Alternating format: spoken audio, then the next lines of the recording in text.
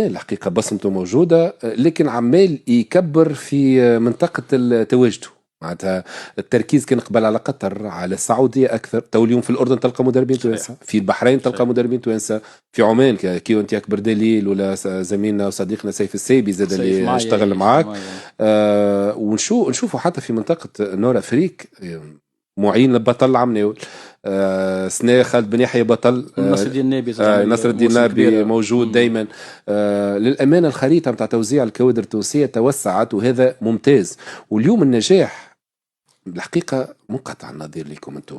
أكبر مثال جلال القادري مثلا اليوم، لأنه حكينا على جلال. علاش جلال راك يهز الحزم للمستوى اللي هو فيه اليوم؟ عبارة هز بطولة في نور أفريقيا. صحيح. مع مدربين مستوى عالي جدا، مع كريم بنزيما، مع رونالدو، مع ساديو ماني، مع جلال القادري ما خذاش حظه في تونس. انا خدمت معاه سي جلال ونعرف معناها جلال القادري مدرب كبير. المدرب التونسي ناجح لبرا، المدرب التونسي تكتيكيا ممتاز جدا. يربح مباريات الكل تكتيكيا. كما حكيت انت، في موجودين في الاردن، موجودين في عمان، موجودين في السعوديه، في الامارات، يعني بارتو المدرب التونسي. كي نمشوا لبرا راه ما نخموش في انفسنا، نخموا في المدرب التونسي، نخموا باش نخلوا سمعه باهيه اللي باش يجي ورانا. نعطوا معنا، نحاولوا نكونوا محترفين بتم معنى الكلمه، باش كيما خلونا قبل فوزي بن زرتي وخلوا برشا، خلونا المساحه باش نخدموا.